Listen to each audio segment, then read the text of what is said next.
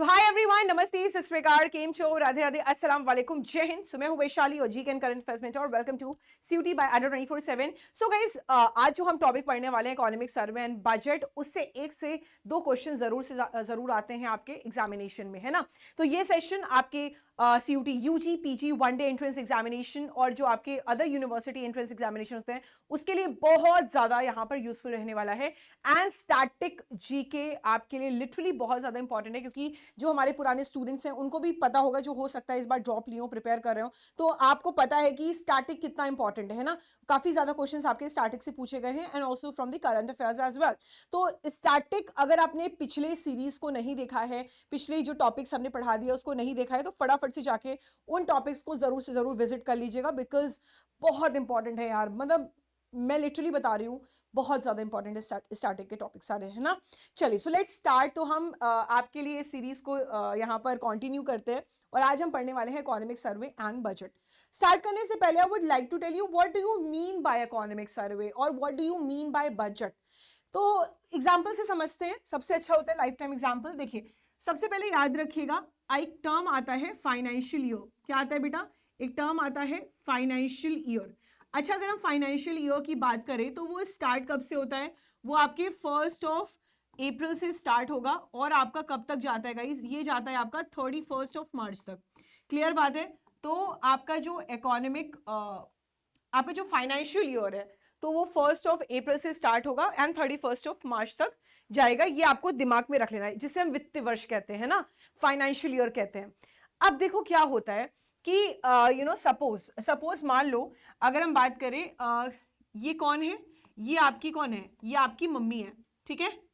ये आपकी मम्मी है और ये आप हो, ठीक है ना। और अब हम ईयर को थोड़ा सा डिवाइड यहां पर करेंगे, ठीक है। यहां पे थोड़ा सा ईयर को डिवाइड करेंगे। सपोज इस साल क्या चल रहा है? ये 2023 चल रहा है ना, ये 2023 है, ठीक है। पिछले साल क्या था? 2022 था और आने वाला साल क्या है? 2024, ठीक है ना, 2024। अब क्या हुआ कि आपकी जो मदर है, ये मदर है और ये आप हो, ठीक है, यू, है ना, MY मतलब मदर और यू, है ना। तो मम्मी ने क्या किया कि 1 अप्रैल को तुम्हें 100 रुपए दिया। यहां पर तुमको क्या दिया? तुमको 100 रुपीज दिया, ठीक है। अब मम्मी ने बोला कि बेटा एक साल इसको अच्छे से यूटिलाइज करना, तो तुमने इसी 100 रुपए को तुमने 10 रुपए खर्च किया अपने एजुकेशन में, 10 रुपए खर्च किया अपने ऐशो आराम में, लग्जरी में, फिर 10 रुपए खर्च किया दूसरों को देने में, है ना, ठीक है। तो अब तुमने 30 रुपए खर्च कर दिया, पूरे एक साल में तुमने सिर्फ 30 रुपए खर्च किया। अब हुआ ये कि 2023 में 2023 में क्या हुआ कि आपकी मम्मी ने आपसे पूछा कि तुम्हारे पास कितना बचा। अब तुम्हारी मम्मी 2024 में भी तुमको देगी पैसा, लेकिन वो कब देगी? वो तुम्हारा पिछले साल का रिकॉर्ड देते हुए देगी कि मेरे बच्चे ने, मैंने उसको 100 रुपए दिया था, किस तरीके से उसने कहां कहां पे यूटिलाइज किया है ना। तो तुम्हारी मम्मी 2023 में तुमको 2022 से 23 का जो रिकॉर्ड है उसको देखते हुए तुम्हें यहां पे पैसा देगी, है कि नहीं देगी? है कि ना। तो 2023 में तुम्हारी मम्मी इसको ऐसे देगी। अब देखो क्या होता है कि तुम्हारे पास 30 रुपए बचा, तो अब देखो तुम्हारी मम्मी ने पिछले साल का तुमको दिया, मतलब पिछले साल का रिकॉर्ड देते हुए दिया, तो वो पिछले साल का पूरा डेटा देख रही है। तो बेटा जो पिछले साल का पूरा डेटा होता है, यही होता है आपका इकोनॉमिक सर्वे। क्या होता है? Economic survey. Clear everyone?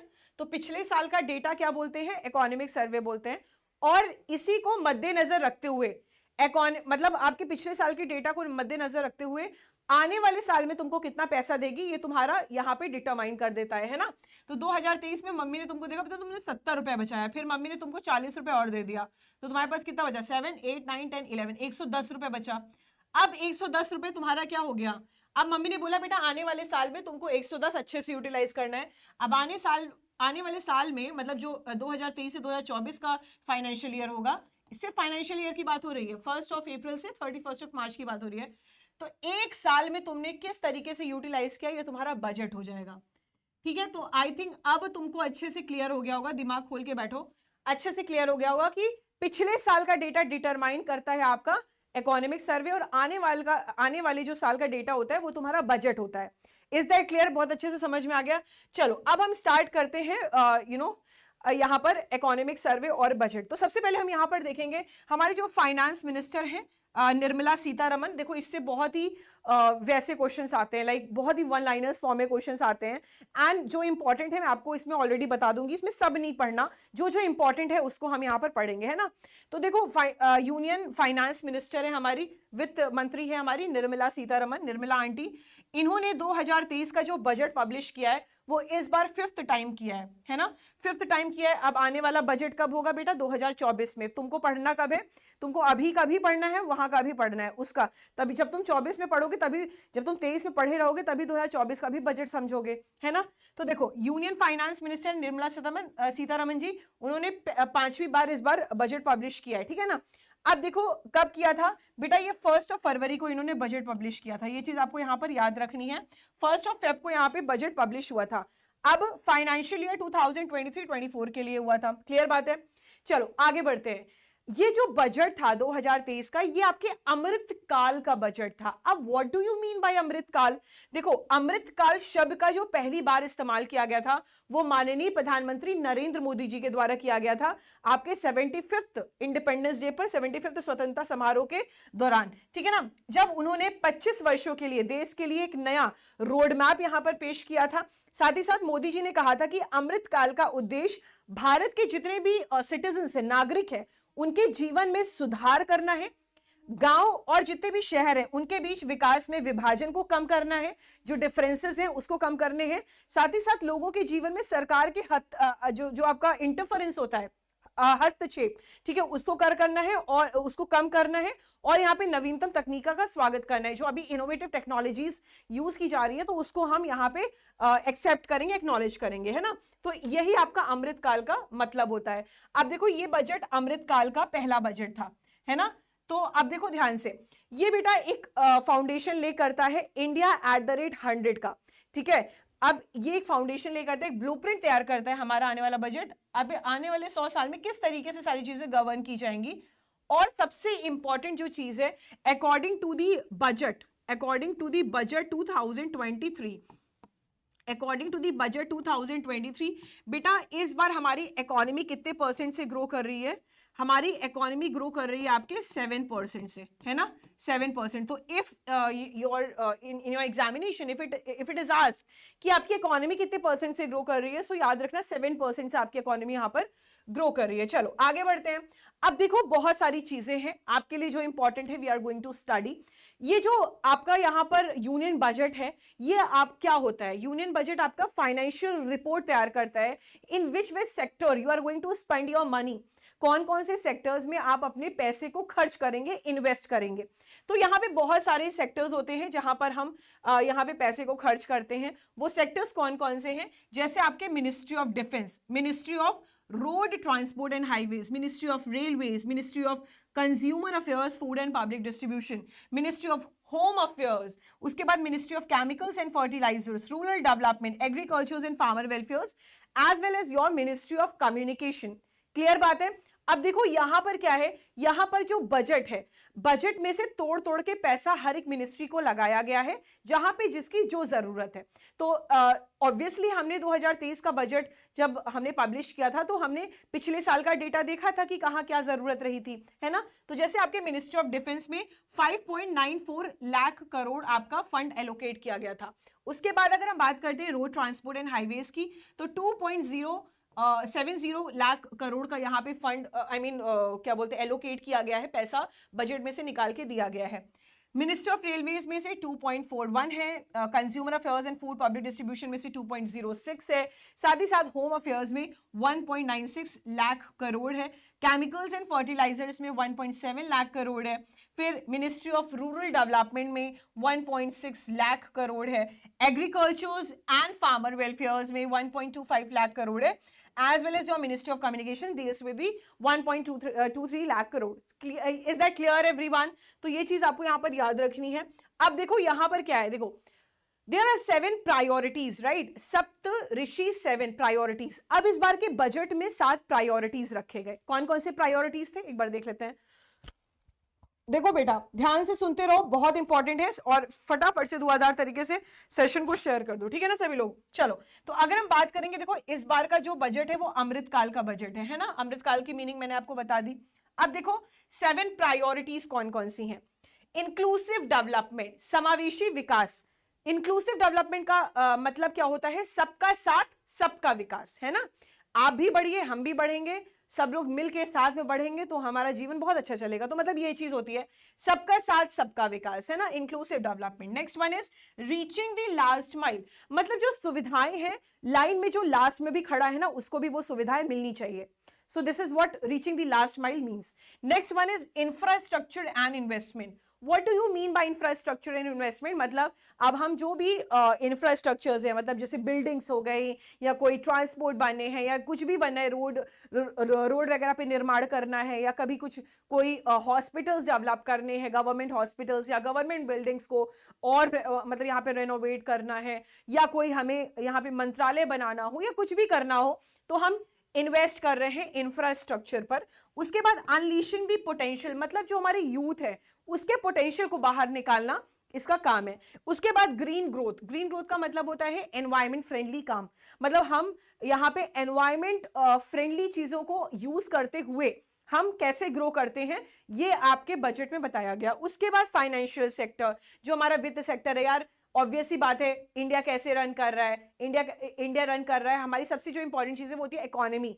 पैसा है तो सब कुछ है, ऐसा आपने सुना होगा ना, जिसके पास पैसा उसके पास पावर है, जिसके पास पैसा है वही सब कुछ कर सकता है। तो फाइनेंशियल सेक्टर, इंडिया का जो फाइनेंस टोटल जो फाइनेंशियल सेक्टर अगर हम देखें तो वो किस तरीके से वर्क करेगा, कैसे बैलेंस करके हम चलेंगे चीजें, तो वो आपका फाइनेंशियल सेक्टर आपका बताता है। फिर उसे आता है यूथ पावर। जैसे यूथ का पावर का मतलब होता है कि जो जैसे जो मतलब जो यूथ है, हमारे जो बच्चे हैं, उनकी जो पावर है, मतलब उनकी जो शक्ति है, उनका जो पोटेंशियल है, उसको हम कैसे यूटिलाइज करें, आपके यूथ पावर में बताता है। So these are the 7 priorities of budget. अब यहाँ पे बहुत सारी चीजें गिवन है, आपको पीडीएफ में मिल जाएंगी, मैं थोड़ा सा हाईलाइट दे देती हूँ। यहाँ पे जैसे इंक्लूसिव डेवलपमेंट की बात हो रही थी, है ना, हमने यहाँ पे क्या बात की थी, इंक्लूसिव डेवलपमेंट की। अब इंक्लूसिव डेवलपमेंट मतलब सबका साथ सबका विकास, समावेशी विकास की बात हो रही है। यहाँ पे डिजिटल पब्लिक इंफ्रास्ट्रक्चर को बिल्ड करने की बात की गई है। यहाँ पे हम यहाँ पे जो टारगेट फंडिंग है वो 20 लाख करोड़ की है एग्रीकल्चर, ठीक है, एग्रीकल्चर में, डेयरीज में, फिर आपके ग्लोबल हब में, साथ ही साथ आपके यहाँ पर हम सेटअप कर रहे हैं आपकी स्टोरेज, यहाँ पे स्टोरेज कैपेसिटी, ठीक है ना, फॉर फॉर दी फार्मर्स, ताकि वो अपने सेल को और ज्यादा एनहांस कर सके और उनके पास काफी चीजें हों बेचने के लिए, उससे इनकम यहाँ पे जनरेट हो सके और उनको एम्प्लॉयमेंट भी मिल सके। नेक्स्ट वन इज, अब हम यहाँ पर देखें कुछ कुछ चीजें, तो यहाँ पे हमारे देखो ये सेशन बाइलिंगुअल है, इंग्लिश हिंदी दोनों के लिए, so they both of the students can get help from this, है ना। हेल्थ सेक्टर्स में हमने 157 न्यू नर्सिंग कॉलेजेस को स्टैब्लिश करने की घोषणा की है। फिर यहाँ पे न्यू प्रोग्राम्स को प्रमोट किया जाएगा ताकि हम यहाँ पे जो जितनी भी फार्मास्यूटिकल्स हैं उसमें और रिसर्च करके और ज्यादा डेवलप कर सके। फिर यहाँ पे public and private medical research को भी एनकरेज किया गया है आपके ICMR लैब्स में। फिर एजुकेशन की बात की गई थी, तो हम यहाँ पे नेशनल डिजिटल लाइब्रेरी को सेटअप करने की बात कर रहे हैं, है ना। फिर आपके जो टीचर्स हैं उनकी ट्रेनिंग को और ज्यादा एनहांस करने की बात कर रहे हैं through diet is what, district institute of education and training, है ना। चलो उसके बाद हम आगे बढ़ते हैं। नेक्स्ट हमने यहाँ पर देखा था आपका इंक्लूसिव डेवलपमेंट अचीवमेंट्स। तो इंक्लूसिव डेवलपमेंट अचीवमेंट्स में हमने 9 करोड़ ड्रिंकिंग वाटर कनेक्शंस को लगाने का सोचा आपके रूरल हाउसेज में। फिर इंश्योरेंस भी हम कवर कर रहे हैं इसमें, है ना। ऐसे करके बहुत सारे जैसे जन धन बैंक अकाउंट्स को भी यहाँ पे निर्माण करने का बात की गई है। और 220 crore Covid vaccination of 102 crore person अभी तक हमने कर दिया है ना। तो ये सारी चीजें हम थोड़ा सा देखेंगे। फिर रीचिंग द लास्ट माइल का मतलब होता है यहाँ पे प्रधानमंत्री PVTZ डेवलपमेंट मिशन को भी लॉन्च किया गया था। भारत ये आप यहाँ पे जो आप जितने भी एशियन इंस्क्रिप्शन है उसका यहाँ पे डिजिटाइजेशन कर रहा है। तो ये जो वैसे आपके एग्जामिनेशन के लिए इतना इंपॉर्टेंट है नहीं, जो इंपॉर्टेंट है उसको मैं अभी बताती हूँ, ठीक है। तो ये सारी चीजें आपकी इसमें आ गई। फिर ग्रीन ग्रोथ की बात करेंगे, आपके ग्रीन क्रेडिट प्रोग्राम को लॉन्च किया गया, ठीक है, ताकि यहाँ पे सस्टेनेबल एक्शन ले सके, है ना। उसके बाद यहाँ पे बेटा PM प्रणाम, मतलब PM programme for restoration awareness nourishment and amelioration of the mother earth, इसको यहाँ पे लॉन्च किया गया है, ठीक है। और यहाँ पे ये जो ऑल्टरनेटिव फर्टिलाइजर्स है उसके यूसेज को और ज्यादा प्रमोट करेगा। अब देखो इंपॉर्टेंट क्या क्या है, इंपॉर्टेंट एक बार हम देखते हैं यहाँ पर। देखिए यहाँ पे अमृत पीढ़ी यूथ पावर को भी यहाँ पे लाए गए। जो हमने यूथ पावर की बात की थी उसके अंडर क्या क्या चीजें हैं, यहाँ पे बहुत सारे टूरिज्म, देखो टूरिज्म सेक्टर को और ज्यादा बूस्ट करने की बात की गई है, ठीक है। अच्छा अब आप क्वेश्चन पूछोगे मैम आप एग्जामिनेशन के लिए क्या इंपॉर्टेंट है, एग्जामिनेशन के लिए who has presented the budget, when budget was presented, this is कौन सा एडिशन है इस बार बजट का, कितना बजट एलोकेट किया गया है डिफरेंट डिफरेंट सेक्टर्स में, ये आपके लिए यहाँ पर इंपॉर्टेंट रहेगा। फिर आपकी जो 7 प्रायोरिटीज हैं वो आपके लिए इंपॉर्टेंट है। 7 प्रायोरिटीज आप जानते रहिए कौन कौन सी प्रायोरिटीज है, उसके अंदर क्या है उतना नहीं आपके एग्जामिनेशन में आता है, थोड़ा सा ऊपर ऊपर उसको अच्छे से देख लेना, मैंने पीडीएफ में सब कुछ डाल दिया है, ठीक है। फिर आगे बढ़ते हैं, आगे हम यहां पर बढ़ेंगे तो हम यहां पर देखेंगे, देखिए डायरेक्ट टैक्स प्रपोजल्स की यहां पर बात की गई थी, तो यहां पर जो फर्दर सिंप्लीफाई हुआ था पर्सनल इनकम टैक्स में 0 to 3 ये है, 3 to 6 ये इतना परसेंट, फिर 6 to 9 इतना परसेंट, तो ये सारी चीजें आपके बजट में यहां पर रखी गई हैं। मैं यहां पर कुछ चीजें कोशिश कर रही हूँ आपको याद दिलाने की। देखो जब हमने बजट यहाँ पे पब्लिश हुआ था, जो हमारी इनकम की लिमिट थी, ठीक है, उसको 5 लाख से 7 लाख यहाँ पे इंक्रीज कर दिया गया न्यू रेजीम में। साथ ही साथ जो हाईएस्ट यहाँ पे सरचार्ज रेट था आपके इनकम का, वो आपके 5 करोड़ से अबव था, ठीक बात है ना, आपके 5 करोड़ से अबव हो गया था। देखिए अब इसको रिड्यूस कर दिया गया 37% टू 25% इस आपके नए रिजीम में, क्लियर है। फिर increasing the tax exemption limit to ₹25 lakh on leave enhancement on retirement for non governmented, जो जितने भी आपके सैलरीड एम्प्लॉइज हैं उनके लिए यहाँ पे प्रोविजन रखा गया, ठीक है। मतलब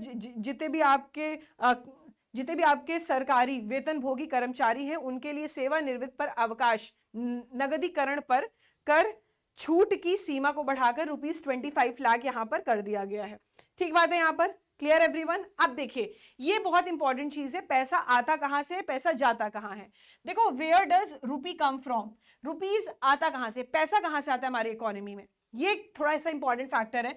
अब देखो पैसे की बात करेंगे तो देखो पैसा आपके इनकम टैक्स से आता है, 15% इनकम टैक्स से आता है। देखो ये सारी चीजें बजट में बताई गई हैं, है ना।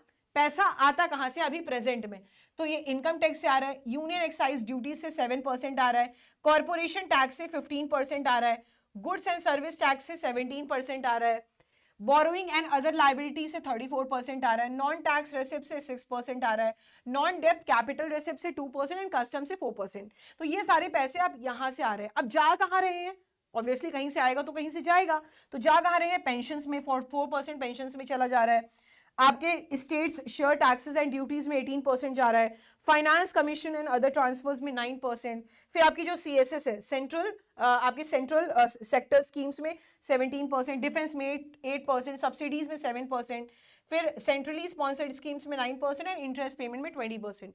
तो यहाँ जा रहा है, यहाँ पैसा यहाँ से आ रहा है और यहाँ पे जा रहा है। तो ये हमारी एक बजट में बताया गया है कि मोटा मोटा कहाँ से सारी चीजें गवर्न की जा रही हैं, क्लियर एवरीवन। तो क्या था कि ये जो सेशन है ये इंग्लिश हिंदी मीडियम दोनों के लिए है, आई होप आपको अच्छा लगा हो। अब कुछ इंपॉर्टेंट क्वेश्चंस जो आपके एग्जामिनेशन में पूछे जा सकते हैं, ठीक है। तो देखिए सबसे पहला जो क्वेश्चन आपके एग्जामिनेशन में पूछा जाएगा वो क्या रहेगा, वो रहेगा आपका व्हेन वाज बजट पब्लिश, ठीक है, हु प्रेजेंटेड द बजट। फिर तीसरा है हाउ मच कितना बजट था इस बार, ठीक है, कितने बजट था इस बार, कौन सा एडिशन था बजट का, किसने पेश किया, ये तो याद आपको मैंने बता ही दिया है। फिर उसके साथ साथ क्या बोलते हैं, आपकी जो 7 प्रायोरिटीज हैं, 7 प्रायोरिटीज आपके एग्जामिनेशन में पूछी जाएगी।